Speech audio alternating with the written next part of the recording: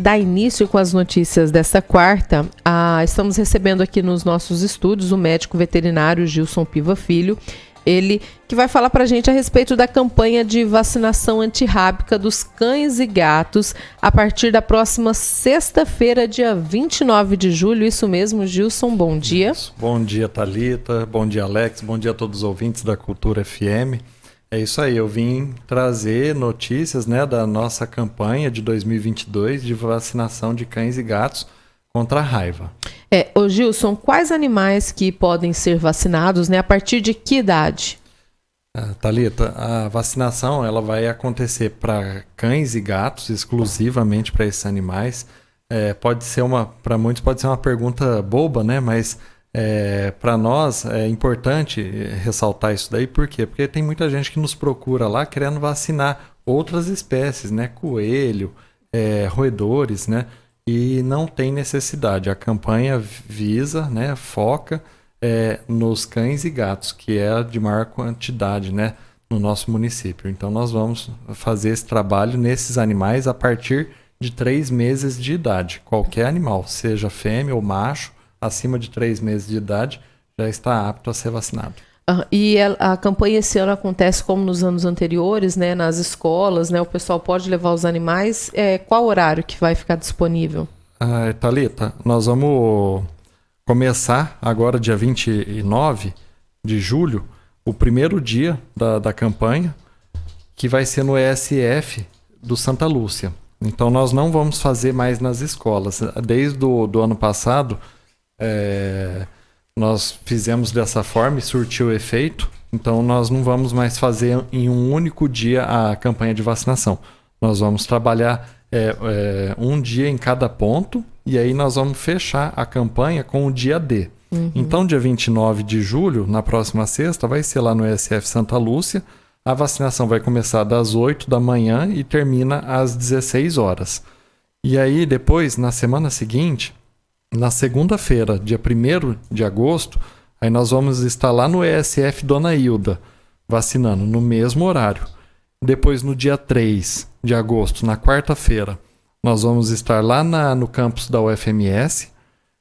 No dia 5, na sexta-feira, no ESF do Dr. Iá. No dia 8/8, na segunda-feira, vai ser no ESF de Lourdes.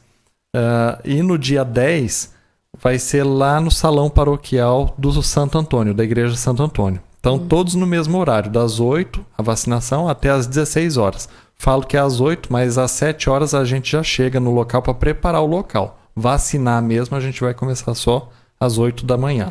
E aí, por fim, né, nós vamos ter o dia D de vacinação, que vai acontecer lá no Espelho d'Água.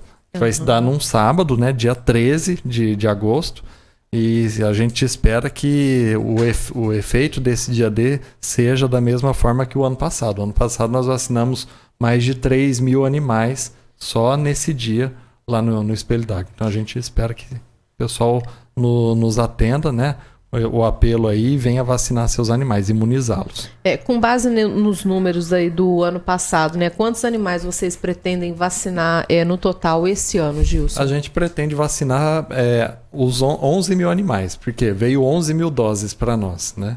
O ano passado a gente chegou quase perto, bateu ali na casa dos 10.800 animais vacinados. Então a gente espera que consigamos atingir essa meta aí também. Vale ressaltar que os animais da área rural também devem ser vacinados. Então, os proprietários de cães e gatos da área rural do nosso município que quiser buscar a vacina pode estar vindo buscando as doses, protegido com um vasilhame ou um isopor contendo ou gelox ou gelo para proteger a vacina. A gente vai estar entregando para os produtores rurais também. Então, o importante é vacinar os animais, principalmente na área rural, porque é onde a gente está tendo focos de raiva. Você falou dessa questão da raiva, né, na zona rural. Quando você fala da raiva na zona rural, é por conta dos morcegos? Por conta dos morcegos. A raiva, ela é uma doença viral que ela acomete qualquer tipo de mamífero. E o problema dela é que a gente não consegue controlar esse vírus porque o principal reservatório do vírus é o mamífero voador, que é o morcego. Então, nós já, esse mês de julho, nós já tivemos casos confirmados de raiva no nosso município, na área rural, em bovinos, e isso daí, essa transmissão se deu por conta de morcego, né? Morcego hematófago que se alimenta de sangue de bovinos, de ruminantes, equídeos, né? Então, esses animais na zona rural são mais propensos, mas os cães e os gatos também são propícios na zona rural a adquirir o vírus da raiva. E o ser humano também, por falha, às vezes, né, o desconhecimento da doença, e aí vai fazer manipulação desse animal doente e acaba contraindo o vírus para si. E aí vale lembrar que essa doença ela é 100% letal. Gilson, para a gente tirar uma dúvida do pessoal que está ouvindo a gente, muitas vezes o animal, né, já tem o hábito de frequentar, né, uma clínica veterinária e lá tem, né, o esquema de vacinação. Essa vacina que vocês aplicam, ela é gratuita, né? Mas ela também é oferecida na rede particular. Tem alguma diferença ou não? Não há diferença nenhuma. Aqueles que já têm o hábito, né, de levar, tem o plano de saúde, né, do seu pet, todo ano já faz a imunoprofilaxia desse animal, né? Todo ano já faz o reforço ali da vacina na própria clínica, é fornecida pelas clínicas particulares também. Acontece que, por se tratar de uma doença de interesse para a saúde pública, que é uma zoonose gravíssima, né? Porque ainda não foi descoberta a cura dessa doença, então uma vez o indivíduo contraiu a doença, se ela não diagnosticada a tempo para tentar fazer um tratamento ou uma profilaxia por vacina, né, ou por soro. Um controle, né? A pessoa vem a óbito. Nós já tivemos 4 casos esse ano aqui no Brasil de pessoas, né? 3 vieram a óbito, a outra ainda está internada. Então a gente está tendo muito caso em humanos e a variante do vírus que é encontrado nesses casos é a variante 3, que é a variante do morcego. Ou seja, o morcego ele está perdendo o seu habitat. Então ele está migrando para a cidade. Então o risco, por exemplo, de um gato contrair o vírus da raiva é muito alto, porque o gato ele tem aquele hábito de caçar, né? Então, à noite, ele sobe nas árvores, ele caça passarinho, ele caça. Se tiver um morcego ali, ele vai caçar esse morcego. E se o morcego for reservatório, tiver o vírus da raiva, pode estar transmitindo para esse gato. E aí esse gato vai estar levando esse vírus para dentro de casa. Então, o último caso, só para terem noção, o último caso suspeito e que foi confirmado de raiva em humano aconteceu em Brasília. Na região distrital ali de Brasília, onde uma gata, um filhote de gato, né, 2 a 3 meses de idade, arranhou uma pessoa, um adolescente.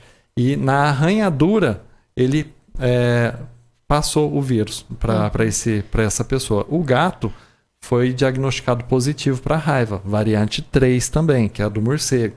Então, assim, não se sabe como que ele conseguiu adquirir esse vírus com 3 meses de idade. E detalhe, era gato de ONG, né, que foi adotado. Então, é importante aqueles que têm o costume de adotar animais de rua que façam imediatamente a imunoprofilaxia dele, a vacinação contra a raiva. E falando desses animais, né, abandonados, né, aqueles que não são cuidados, né, por ONGs, né, ou que talvez tem alguém que alimenta esses animais aí na porta da sua casa. Como que fica a situação desses animais, Gilson? Olha, hoje tá muito comum aquele... tem o cão ou o gato comunitário, né? Já é um termo popular, já conhecido não só no Brasil, mas em outros países também eles adotam isso. O que é? É aquele animal que ele não convive dentro de uma residência, ele fica na rua e várias pessoas moradores dessa rua tratam desse animal. Esses daí são fáceis de ser, né, imunizados. Aí aqueles que já não estão nesse sob cuidado de alguém, né? De comunitário, aí já são animais errantes, já são animais que não têm dono, animal que vive exclusivamente na rua e não tem alimentação ali.